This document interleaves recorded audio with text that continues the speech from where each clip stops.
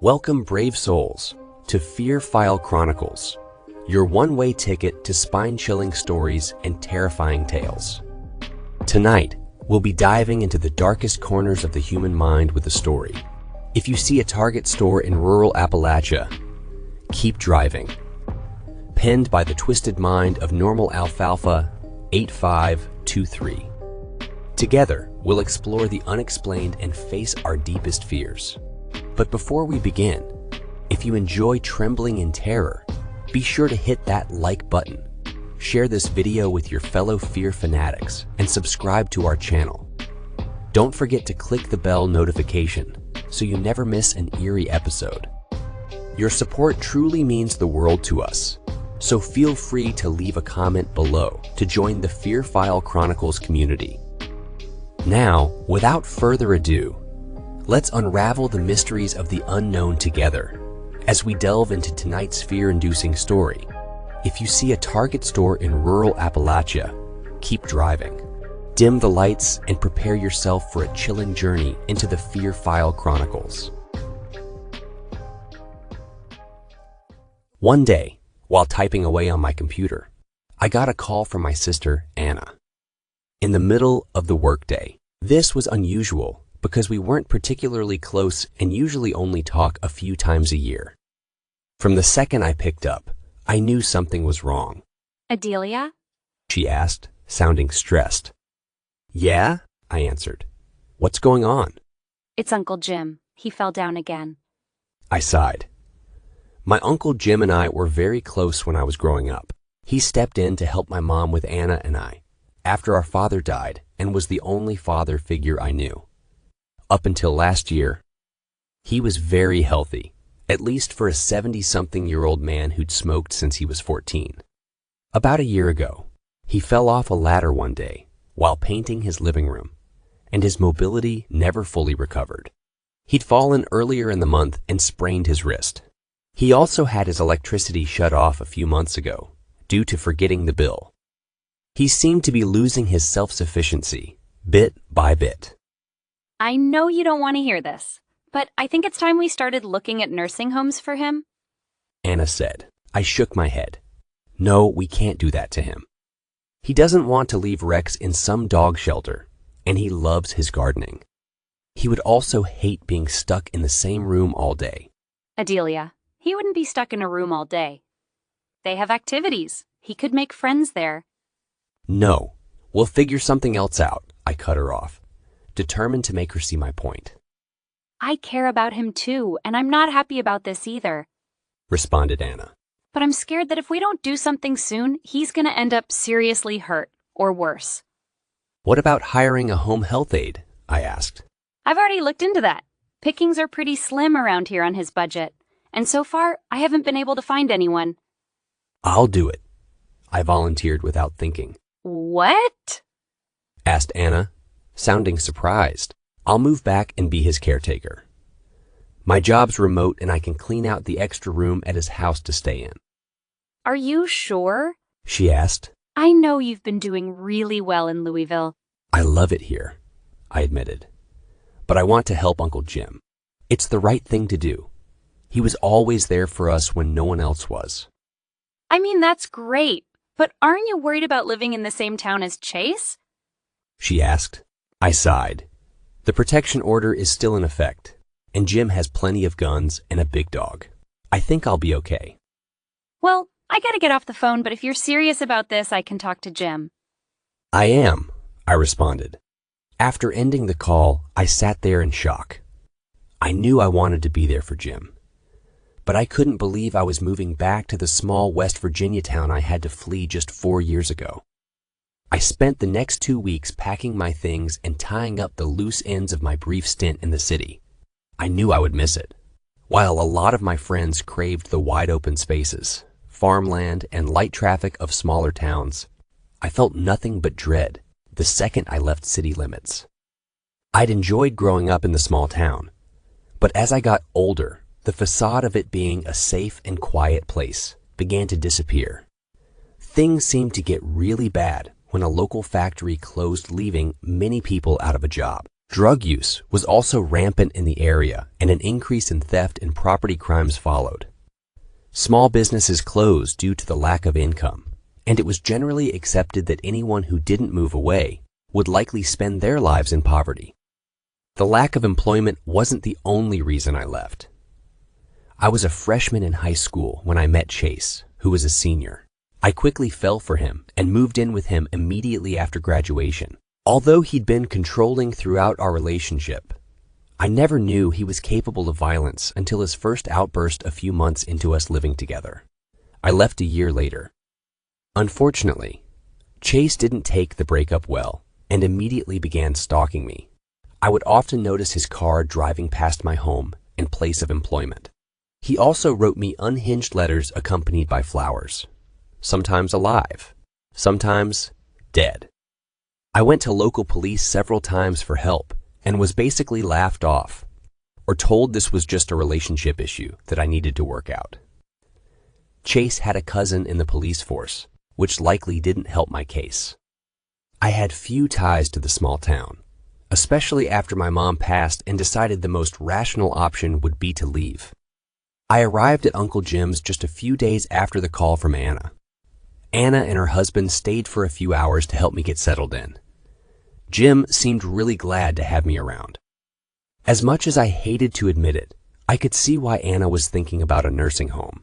Jim would insist on doing everything himself, and within the first week, there were a few fall scares and forgotten pots on the stove. Eventually, he started to feel more comfortable with me helping around the house, and seemed to enjoy having more time to just sit on the porch with Rex. Even though I missed the city, I began to feel somewhat more comfortable at Jim's. I still felt a tad uneasy when I went into town though, because Chase still lived locally. More than anything, I found myself getting bored. I didn't have any real friends here, and there wasn't much to do. One evening, I found myself taking a drive after Jim went to bed. I just needed to get out of the house for a while.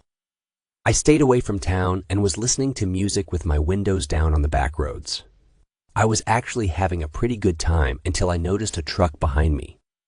I didn't think much of it at first, but they seemed to be gaining on me despite the fact that I was driving well over the speed limit. There weren't any other cars, so I figured they would pass me. They didn't. I glanced up at the rearview mirror and quickly looked back down. The driver was a male, around my age. I couldn't see him that well, but he did look a lot like Chase.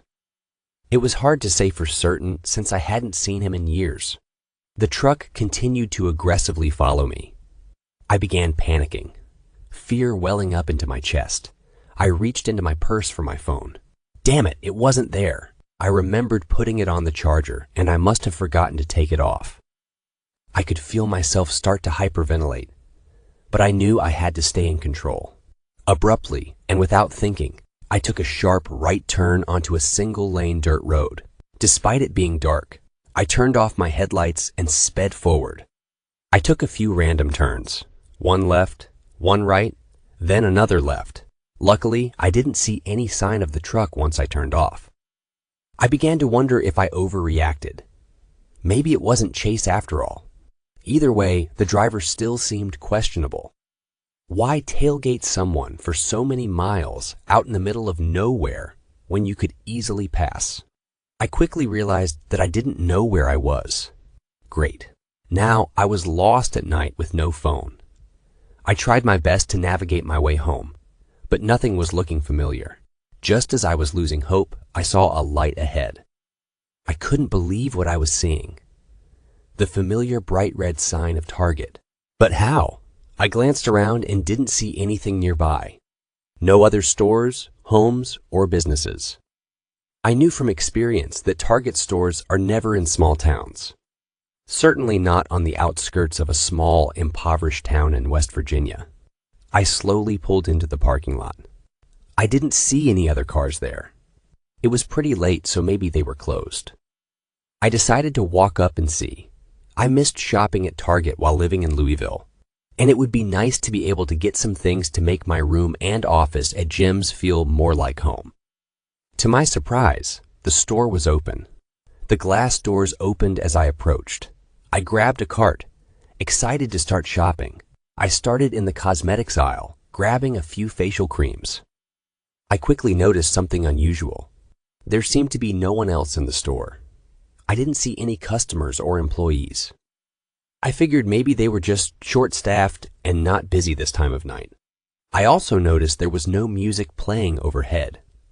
The only sound I could hear was the light buzzing of the fluorescent lights. I continued to walk through the aisles and made my way to home decor. I saw a cute storage ottoman that would be a great fit for my room. When I picked up the box, I noticed it was covered in a thick layer of dust. I coughed. I glanced around and noticed a few items similarly covered. I continued with my shopping, albeit slightly annoyed at the dust. I was looking at some containers on a lower shelf when I noticed black shoe prints on the ground. This place wasn't very clean for a Target, but I shrugged it off. I would need to get used to things being different here. I remembered that Jim had mentioned needing some more ibuprofen, so I decided to take a look at the medical aisle. I was grabbing a box of it when I noticed a row of nebulizers. While I wasn't surprised to see this in the medical aisle, I was shocked at how many types they had and how much of the shelving they took up. The first few rows consisted of ones I'd seen before when my mom was in the hospital. But as I glanced down, I noticed more unusual-looking medical devices. They looked vaguely familiar, like maybe I'd seen them before in an antique store. Some looked brand new, while others were rusted and covered in dust. I also noticed a bunch of oxygen tanks further down the aisle. Like the nebulizers, some looked brand new, while others looked like they were decades old and worn. Nothing in here made sense. Why would a Target have all of these oxygen tanks and vintage medical supplies? Was it even safe to store the oxygen like this? I paused and picked one of the older-looking breathing machines up. As I tilted it, a black liquid spilled out. I dropped it and wiped my hand on my pants, cussing to myself. I started getting a bad feeling. I was in a strangely placed Target on the outskirts of my hometown that appeared to have no one else in it, but stocked strange items that just don't belong in a Target. I started to wonder if maybe the store was abandoned. I contemplated abandoning my cart and leaving the store, but as dumb as it sounds, I hadn't been able to buy anything special for myself in a long time, and I was really hoping to get what I came in for. I made my way up to the front and noticed there were no self-checkouts. I glanced around, looking for an open checkout. The lights on each line were off, and I didn't see any workers. "Hello," I called out hesitantly. There was no response. I was starting to walk back towards the doors when I noticed a worker. His back was turned, but I recognized the red shirt. "Hey," I called out. He didn't answer and just continued walking away. Feeling frustrated, I decided to head home. As I tried to leave, the glass doors stood still. I tried pulling them apart, but they wouldn't budge. My heart began to pound. I felt trapped, like a caged animal. I was stuck, alone, in this weird store that defied all common sense. Out of the corner of my eye, I noticed a clock. It was 10 p.m. on the dot. I started to reason with myself. Yes, the store's a little off compared to the Targets where I was from, but the doors are probably only locked because they close at 10, and maybe the employee was just wearing AirPods or had hearing issues. I started walking back through the store and saw the employee. His back was turned again and he was walking ahead of me. I continued to try to call out to him, with no response. Finally, I got close enough and tapped him on the shoulder. He turned his head to reveal a blank canvas of skin with no facial features present. This person, or whatever it was, has no eyes, mouth, or nose. I jumped back in horror and ran. I ran further into the store, not stopping to look back. I couldn't believe how big the store was. I'd been running for so long without hitting a wall or seeing another exit, and the store appeared to go on indefinitely. I noticed that the light was becoming dimmer and dimmer as I went forward. It was almost in the dark by the time I stopped running. The setup and merchandise of the store was becoming less and less familiar as I went further in. The aisles in the darker section of the store were filled with bags of coal. rusty-looking gas masks, and a variety of tools that looked decades old. I noticed that I was hearing faint noise, footsteps and hushed voices. I glanced around to see that there were other people in the store. At first, I felt relieved, especially when I saw they had faces, unlike the employee. But then I noticed something was off. All of the people were covered head to toe in a sort of black dust. They were also dressed in clothing that looked over 50 years old. Some wore gas masks, others didn't. A few had headlamps. I knew coal mining was a big industry in West Virginia, but nothing here looked modern. One of the men turned to look at me. His eyes widened, and he began sprinting towards me, steel pick in hand. I ran, but tripped, and he quickly caught up to me. He was hovering over me, and I was certain the pick would soon be crashing into my skull when another man pushed him away, and I took off. At this point, I was so deep in the store that it was pitch black. I saw people walking around but tried to avoid being noticed. I saw a faint light towards the back of the store. It was a cave with people surrounding it. The entrance glowed orange like a fire was lit. I hid behind a shelf and tried to figure out what they were looking at. Someone emerged from the cave and an empty minecart followed in tow. A man walked up and began emptying huge bags into it, the contents of which crashed against the walls of the trolley. I could see the outline of the last few bits coming out of the bag. Bones. I stood there frozen in terrified silence, watching this strange ritual play out. Little did I know, it would only get stranger. I heard loud footsteps, and the floor vibrated beneath my feet. I could see a shadow from within the cave. It appeared to be hunched over, as if it was too tall to stand up straight in the cave. As the figure emerged, I could see it was humanoid in shape and stature, but had a generous display of antlers. I remembered Jim telling us kids legends about Wendigos in the area. He claimed to have encountered one while hunting. I didn't believe him at the time, especially with his track record of telling tall tales. But there was nothing else that could describe what I was seeing. The Wendigo let out what I can only describe as a demonic screech. It spoke in a low, distorted voice. "I need more," it yelled. The man standing next to the trolley said something in a quiet voice that I couldn't make out. The Wendigo lowered its head, so it was eye level with the people standing there, and snarled, causing a few of them to jump back. It then retreated back into the cave. "What the hell?" I whispered. Just then, a hand covered my mouth. I turned around and noticed it was the same man who pushed the guy who attacked me earlier. His skin was hot to the touch, almost burning my lips. I tried to scream, but he tightened his hand around my mouth. He whispered to me, "You need to stay quieter, or you're going to end up in that minecart. If you keep quiet, I'll help you get out." Apprehensive, I nodded. He took his hand off. He glanced around and motioned for me to follow him. He pulled me off into an aisle, as there were a lot of people walking back from the cave. "We need to give everyone a few minutes to clear out before looking for the way out," he said. "There's a janitor's closet up front. We need to make a beeline for it and stay as quiet as possible. Got that?" I nodded. We were able to get into the closet safely. The man lit up some archaic-looking lantern, and I was able to see his face for the first time. He looked to be late 20s and was covered in soot like the others. Despite his gritty appearance, he had kind-looking eyes. "What is this place?" I asked, stammering. The man chuckled. "It's whatever you want it to be. For some, it's a bar. Others, a casino. Hell, I've even seen it be a strip club." I gave him a confused look. "Look, I don't have time to go into all the fairy tales and lore behind this place, but it's basically the perfect storm of cryptids and angry human spirits," he explained. "West Virginia hasn't treated its people so well for a long time and hasn't treated the environment much better. When you have hundreds of people dying, an early and ugly death because of unsafe working conditions, their spirits tend to stick around. The cryptids weren't happy with their land being invaded either, So we teamed up, and here we are. The cryptids require so many human sacrifices each year in order to maintain their alliance with the human spirits.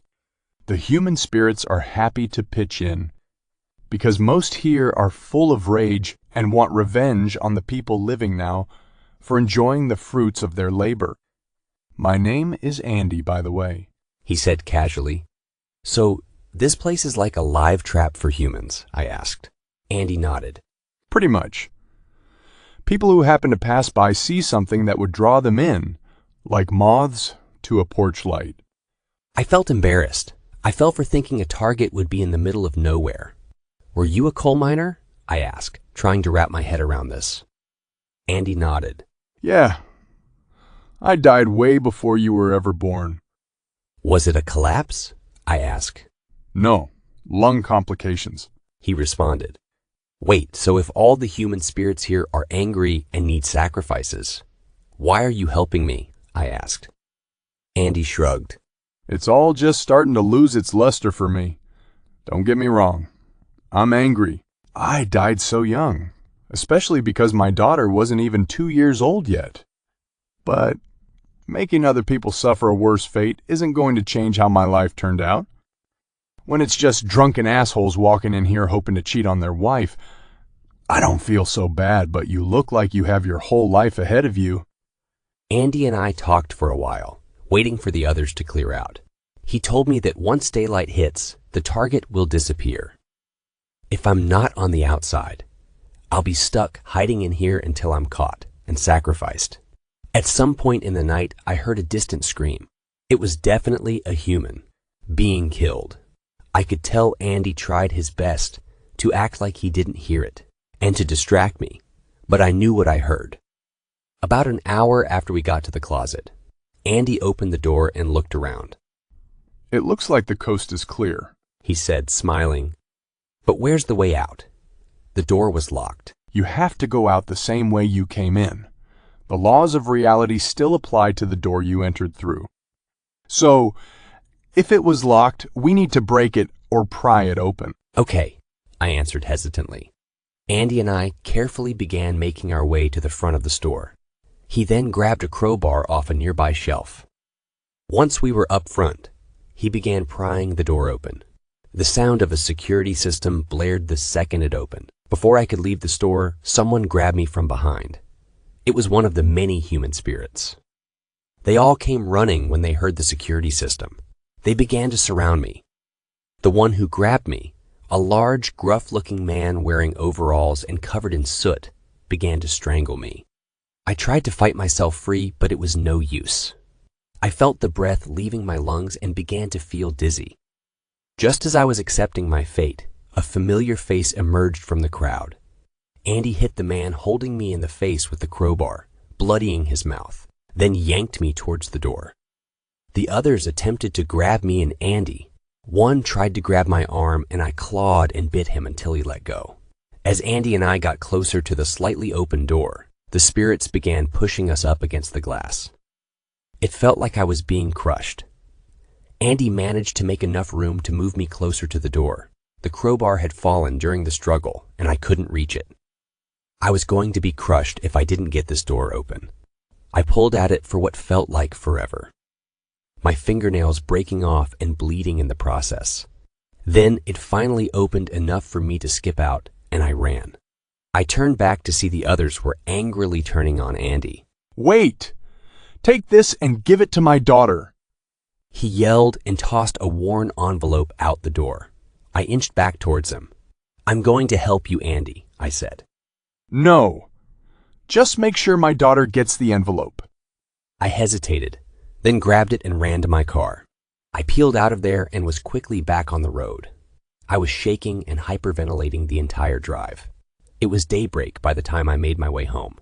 Still in the driveway, I looked at the envelope. It was heavy. The outside had a name. The ink was so faded I could barely see it. Josie Ray's, it said. On the inside, there was an old watch. I looked it over for a few minutes. Just then, there was a tap on my window. I jumped. It was just Uncle Jim. Good God, Jim, you scared me, I gasped as I got out of the car. He looked concerned. Where were you? You look like hell. I shook my head. It's a long story. I went shopping, but I got lost. You look like you've seen a ghost. He said. I saw something. That's for sure. Jim gave me a knowing look. You know, I've seen a lot living here all these years. I was kind of glad when you moved away, thinking maybe you'd be spared some of the strangeness that comes along with living here. But there's more good here than bad. There are so many good people around here that would literally give you the shirt off their back. I guess what I'm trying to say is, when a beautiful landscape and caring, hard-working people are exploited year after year, things start getting weird. The politicians who line their pockets may not be keeping score, but Mother Nature is. Supernatural forces are too. I nodded. Jim, do you know someone named Josie Reyes? I asked. Yeah. She plays poker here every Saturday. He responded, looking curious. I have something I need you to give her, I told him. Well, my friends, we've reached the end of tonight's chilling tale. If you see a Target store in rural Appalachia, keep driving. By the talented Normal Alfalfa 8523. I hope you've enjoyed our descent into darkness, and that you'll carry a piece of the Fear File Chronicles with you as you drift into uneasy dreams. If our story left you shivering and shaking, don't forget to like this video, share it with others who crave a good scare, and subscribe to the Fear File Chronicles for more haunting horrors. Remember to hit the bell notification so you're always among the first to know when a new nightmare awaits. As always, we appreciate your support and would love to hear your thoughts in the comments below. Sharing your fears and frights with us truly means a lot, so don't be shy to engage with our sinister community. Until next time, remember to embrace the darkness, for it is within the shadows that our most terrifying stories are born. Good night, and stay scared.